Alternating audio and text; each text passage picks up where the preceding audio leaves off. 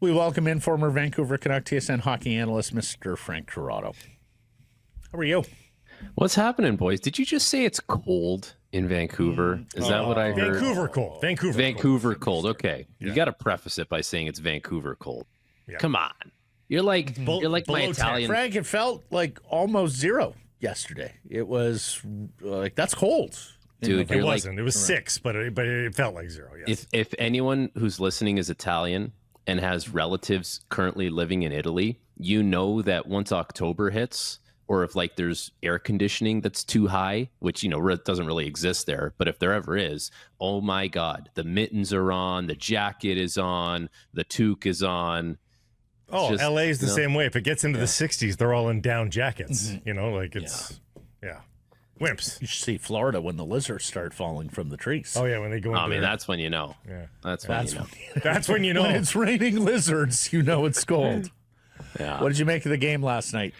I have a hard time faulting the effort of the Canucks in that game. Like, I think from top to bottom, there was a very honest effort and willingness to compete in a lot of different aspects of that game. So, like, it's one of those ones where you're playing against the Rangers, and in a situation where they can strike quick and they can find ways to outscore you, that's essentially what happens. And it's one of those games where who's going to make the last mistake, and ultimately, you know, it's the Canucks that do. But I think, you know, if you're looking for takeaways from that game, the team tried hard, they competed well, and ultimately it's a close margin game that you lose against a really good team.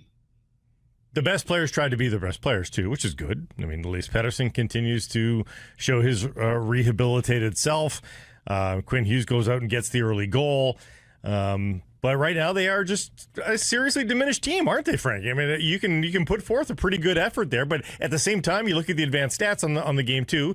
They were just beaten throughout the whole game. Like, they just didn't have enough. Listen, sometimes you pull up to an intersection and you want to go head-to-head against the really nice sports car next to you, but you realize you're in a 4-cylinder and it's not a turbo.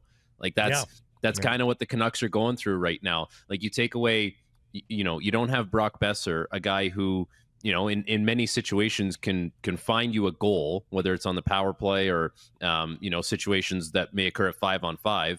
You haven't had him for a while. Then you take away the guy who, in JT Miller, is the spark plug, the heartbeat, whatever you want to call it. You know, he's not in your lineup now. And yeah, you do feel pretty diminished as a team, and you have to find a way to overcome that. The problem is you're playing against the Rangers, and it's hard enough to beat them on a night where you have all your guys and everyone's going, and then you take away two, you know, really big components of your team. It makes it that much more difficult. But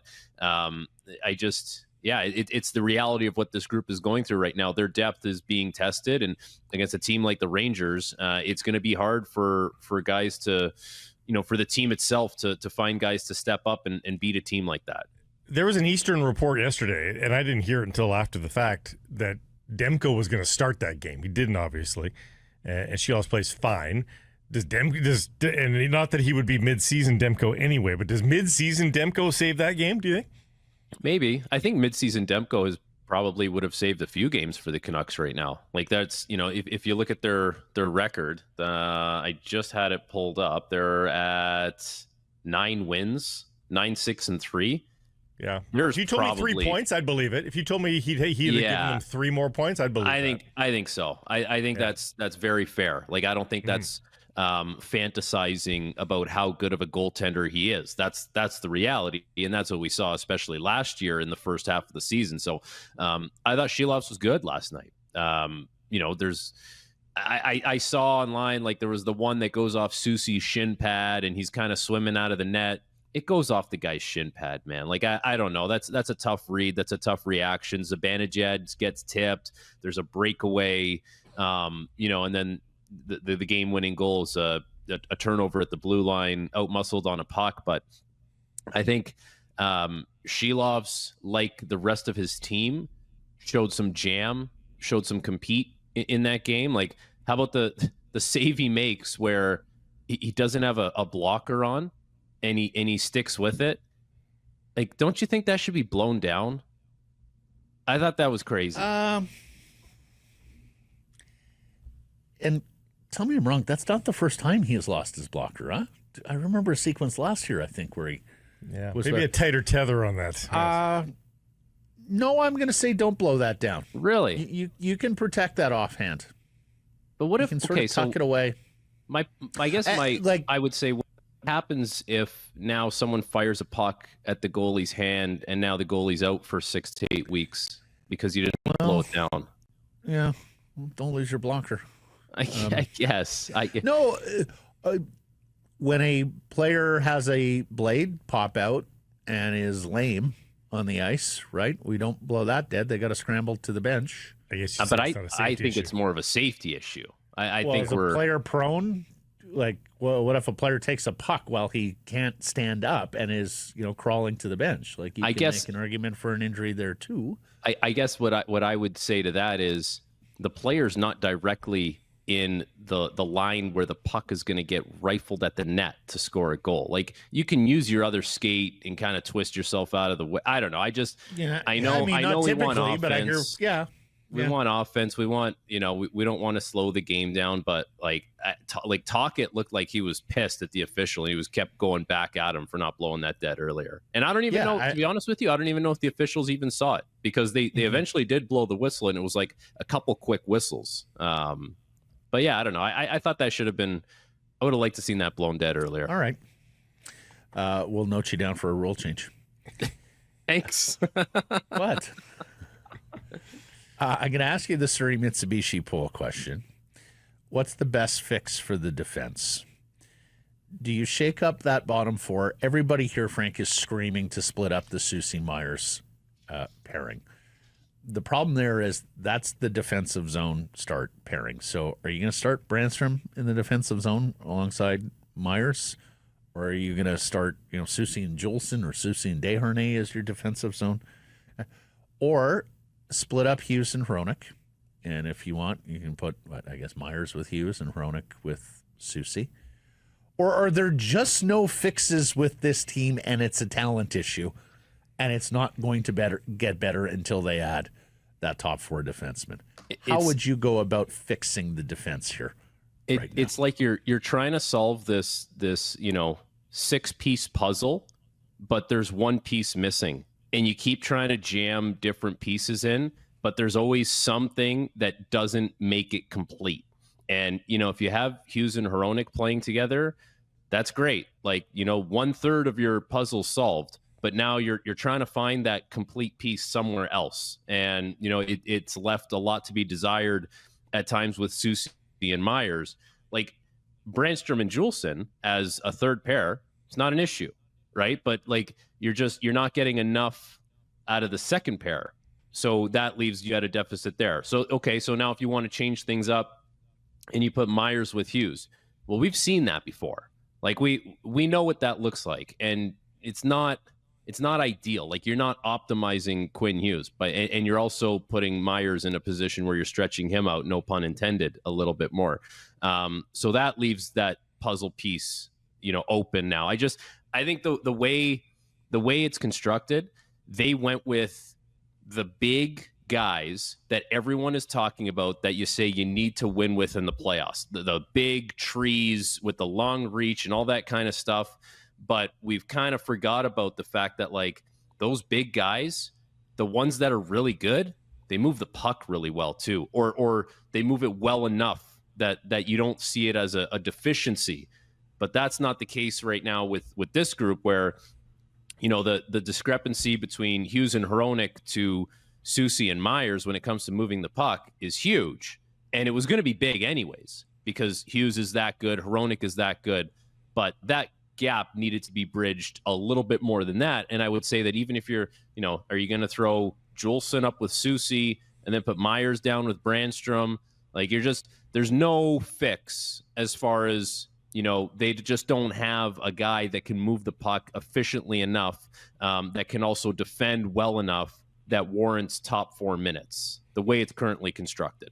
Do you monitor the road trip then, if you're the general manager here? the president? Do you Well, especially in light of no JT Miller. Yeah. Like how much is the urgency cranked up on making this trade and getting that defense? We've talked about the schedule, though. Like, it's not Murderer's Row on the road trip. So if you happen to steal a couple of wins early here against an Ottawa team that's up or down, you know Ottawa a lot. You can tell us about where you think they're at. But then Boston, Pittsburgh, and Buffalo next week. Again, we're not talking about juggernaut teams. Hey, we would have thought they'd get 4 wins on that homestand. They didn't. But you could see them going 3-1 in these first 4 games. I think even the roster I see now, Frank, has a possibility of going 3-1, in which case you look a lot less desperate for that defenseman. Yeah, I think that's a very realistic possibility. Like you asked about Ottawa. Ottawa's underlying numbers have been pretty good. Like, they're generally speaking, they don't give up a ton offensively. They're fair, like they're average. But they, as a group, know how to lose games with the best of them. Like, that is, right. I think that's deeply ingrained in that team, is just finding ways to lose games, and that's what seems to ail them, because they played 2 like juggernaut games last week. They played Boston in Boston. They didn't give up a shot in the third period. Then they went into Toronto. They steamrolled Toronto. Toronto was never even in that game. And then they've just lost 3 in a row. And it looks different for them. And it looked really different for them last night against Edmonton. Boston's a whole, like, they're in a whole world of a mess with Montgomery out. Like, if you look at their lineup, the last game they played against Columbus, I would say there's probably at least 4 guys the average hockey fan or above average hockey fan has never even heard of playing on that team. And you know, if it doesn't come from Marchand or Pasternak, there's nothing. Like, Bobby McMahon on the Leafs would be second on that team in goals right now. Bobby McMahon was a healthy scratch for portions of the early goings of the season. Like, they're in all kinds of trouble, and their goaltender's not playing well either. And Buffalo is Buffalo. Like, they're not a complete team. They're not a perfect team. They're a Jekyll and Hyde kind of team. So yeah, there's this road trip is probably not going to it's not going to put the screws to this team as far as addressing that, like what they would need on the back end. Like, I don't see this as make or break time. You have to try and find someone, but like, you know the way Jim Rutherford likes to operate. Like, he's probably looking at a team like Anaheim and saying, okay, you guys are going nowhere. Who do you have to offer? Okay, Brian Dumoulin's on an expiring contract. And then, you know, go down the list of teams that aren't going to be doing much, like Chicago, Alec Martinez. Like, there's, Columbus is going to they have Provorov on an expiring contract, or maybe you can pluck Severson out of there, although he's got term and stuff like that. But I think there's options out there, but I don't see this road trip, unless it goes south, which I don't think it will, because there's, like, it's not, like you said, not Murderer's Row. I don't see this being the make or break point for having to get a defenseman. Brady can check on a maintenance day today, by the way, so maybe he's nursing something right now. He might be imperfect for them because he's a left shot, and once upon a time he was very nasty with Elias Pettersson. But what about Michael Matheson? It's interesting because he plays a lot in Montreal. Like, he leads their team in ice time. He plays their first power play. He's on their first pair. He plays a lot of penalty kill. He leads their team in blocked shots. Like, he does a lot for them, and he has really loved. Like, I got to talk to him a couple times. He has really loved being the go-to guy, like the number one guy. He's really relished that, and I think he's done a good job of asserting himself. Where, I think other times in his career, when he was a top 4 guy, but not necessarily one of the go-to guys, he had a tendency to overcompensate in his game and try and do too much and make up for it. I think he's slotted well on that team in Montreal because of who they have around him. They have a lot of young guys that haven't really stepped up into that top role yet. I think he's a versatile defenseman. He's a fairly trustworthy defenseman. He can skate like among the best defensemen as far as skaters in the league go. It's just, does Montreal really want to move him? Because if they do move him, the return would have to be significant, I think, because he's got that extra year left, and they would be depleting a blue line that really leans on him in a situation where they really value the mentorship of a guy like that. The question is, and he's under contract for next year, so that's the thing. you would be punting on next year a little bit as well. See, that's the question of what they do here. Do they just keep saving up, Frank, for somebody that's just it's certified? It's a top 4 defenseman with a bullet, or do they just find somebody to replace Ian Cole, who, while wasn't very good in the playoffs? No. Ian Cole was great for them for 80 games of the regular season. That's the thing. He was great in the regular season. Yeah, like he was exactly what you need in the regular season to get them there. So do they just say, no, that's good enough, we'll get a $2 million veteran player that gets us further down the line, or, and then we'll address the top 4 issue at the deadline maybe? I just don't know. If you go down that road, I think you're banking on that guy playing his best hockey of the season, or playing, to the upper end of what his game is for you. Like that's kind of what you're banking on. I'm not advocating for that, by the way. I'm not advocating. I'm saying I could see them doing that. I could see them taking that shortcut route of a cheaper veteran guy rather than waiting. No. Well, I'm just not recommending. It was aspirational in that year-end press conference. We all thought he would come out and take a bow, and he said, "We haven't done shit. We're not even halfway there." If you're going, you are looking for Stanley Cup pieces. It is clear that outside of 2 defensemen, maybe 3, you ain't that in that position.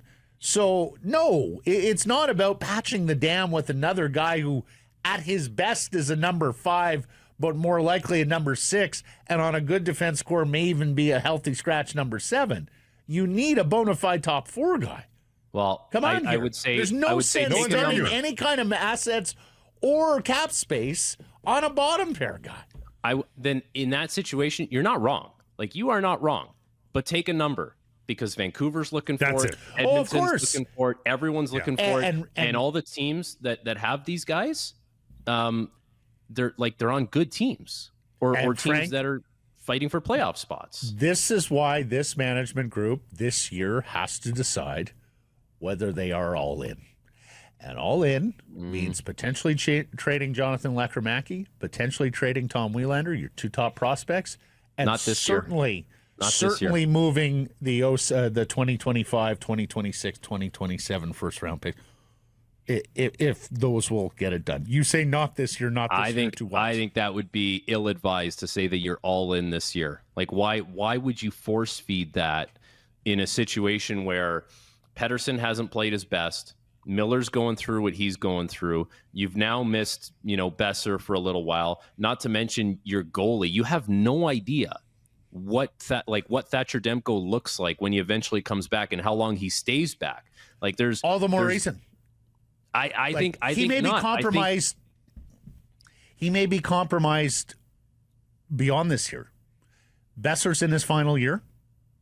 Demko's got 2 years left on a good contract. Hughes has got 3 years left on a good contract. Do the math, but you at least. I'm not sure you're better positioned next year than you are this year. You at least have to make that calculation. Save your money now, and then you cross the bridge when you get to it. And if it hasn't panned out and you're a 500 team at the end of February, then you don't go all in. But I think you want to keep on saving your ducats just in case you can keep your head above water and you can still stay in. Right. Don't use a bullet on a guy that's a lateral move for what you already have. I think we can agree on that, right? When we're talking about the back end. I think, Matt, you bring up a good point there. You bring up the Quinn Hughes contract, like he's affordable for 3 more years. There's your runway, right? Like, Brock Besser's a good player for this team. I think you can find another Brock Besser. I think you can find a guy that will give you 30, to 40 goals, let's say. And that's within his wheelhouse. That will be available to you. Yep. So that's plug and play. And I hear you, Frank. Is this defense core getting better? Well, I the think existing guys are not, right? So no. Unless EPD, Kudryavtsev, Wielander are all way ahead of schedule and come in next year and impact your team, I'm just not sure you're change what your philosophy is in free agency next year, where you went after the tree stumps this year and it didn't work for you, and you added more, large, lengthy defensemen on top of what you already had, and you doubled down on one with a more term than a lot of people thought you should have given them, and then see if you can find someone that can move it a little better, that can play in the top four. Like you don't have to triple down on that philosophy. You already got the tree stumps. See if you can find someone, and I'm not saying you have to find another 5'10" Brandstrom, but find something in the middle. I was going to say, are they tree stumps or are they redwoods, Frank? I don't know. Not all that tall. I don't know. That was a Babcock thing. That was his. So they got tree stumps on the back end, and maybe the mobility of a tree stump rather than the height of a tree stump. There maybe that's what he's going with. There you go. But and here's the thing. I do think, guys, they can probably move on Desharnais or Forbort at the trade deadline, providing that Forbort's back and playing. I think the size of those defensemen for a team that's playoff bound that wants to, I think you can probably extricate yourself from those deals if you want to come the trade deadline. So I don't know. You don't think so? I think so.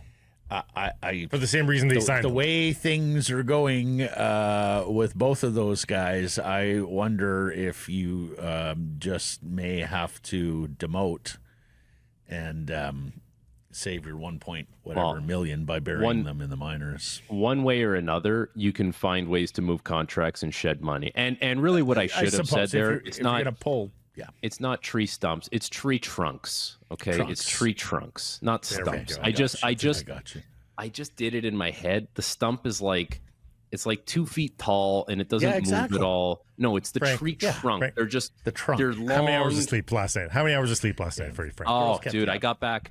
You guys want to talk about sleep? I got back from the studio. I was doing Sports Center with Jay. I walked in my door at like 10 to 1, and the girls got up at 1:30. So by the time I got in, took the makeup powder off, and like just got into bed, I could hear it on the camera start going, and then literally head on pillow, back up. Yes, and we didn't get I don't think we got back to sleep until 4, and then guess what? They were up at 6 to start the day. Oh, of course they were. Yeah, I can't believe it's taken 23 minutes to ask you here about Miller, but I think we'd be remiss if we didn't, because you're our guy who has been in dressing rooms recently as a player. So I'm going to read you what I've been told about Miller's absence. There could be more to the story than what I've told. In fact, I would be surprised if there isn't a little something. But nevertheless, it's a combination of what he's going through physically, and there are reports out there that it's like a shoulder or a neck or a back injury. He has missed all the preseason except for 1 game. So he wasn't taking faceoffs. You've seen him in discomfort at different times. So something going on physically. He's not playing well. The team's not playing well. He's frustrated. It's taking a mental toll. He needs to take a break to A, mend the physical stuff, but B, recharge mentally. Will guys in the room accept all of that? Are NHL locker dressing rooms now empathetic enough that they can understand if a guy needs to take effectively a mental health break, even if it's combined with a little bit of physical ailment? Yes, especially because it's who it is. It's JT Miller. It's the guy that's never cheated you on effort, that always shows a lot of intensity, that is willing to play through stuff. And with all that being said, he has banked enough currency with that group that if he says stuff just doesn't feel right, you can believe that stuff doesn't feel right. Like, he is not the kind of guy that is looking for the easy way out in any situation. Now, if it was 7th defenseman who barely plays, who says, I just need a mental reset or a checkout, and I think guys would look at that and be like, okay, like, we're here for you. We want to help you out as a team, but we're also wondering, like, what do you need the break from? Like, is what would be going on? You can see what's going on with JT Miller. And I think the guys on the team, A, would want him to take care of himself, and B, would want him to come back feeling good because they need him. But I just think with the kind of guy he is and how he carries himself and what he means to that group, I think everyone would be very understanding of that. He wears his heart on his sleeve, and I think the physical really does affect the mental. And when you feel like for him, he's that guy. Like, he's the guy that everyone kind of looks to, coach, players, big moments, all situations. And then if like, you're also dealing with the physical ailments, that's a tough combination. So hopefully he's able to get on the right side of it and he can come back feeling better than he was before. Wonderfully said. I'm sorry I was so combative this week, Frank. Argumentative. I actually had a lot of sleep this week. I am not tired or cranky or anything. Yeah. And yet still. And you had power last night. I had power last night. I watched the Canucks you were all in bliss. You were all charged up. You're a little frisky, I was a to be little honest. charged up. You're a little frisky. You know why? It's the Wednesday after Grey Cup week. I needed the Monday and Tuesday to recuperate. Yeah. I was up way too late, drinking way too much with a lot of your colleagues and bosses on the weekend, and I don't do that very often anymore. I'm a little older. I tend not to go out 2-3 nights in a row. So finally, by the Wednesday of the next week, you feel a little recharged and you want to have at it a little bit. I'm going to... Especially when Blake started talking about a replacement for Ian Cole. That just got on my last nerve. Oh, I mean, I gotta catch up with a couple people, so I'm going to get the Sport Logic post-game report on your performance this weekend at the Grey Cup. We'll see what the expected drinks per 60, expected moves on the dance floor per 60. Heat map of the facility. Hey, yeah, Aaron Krolnick, Dave Naylor.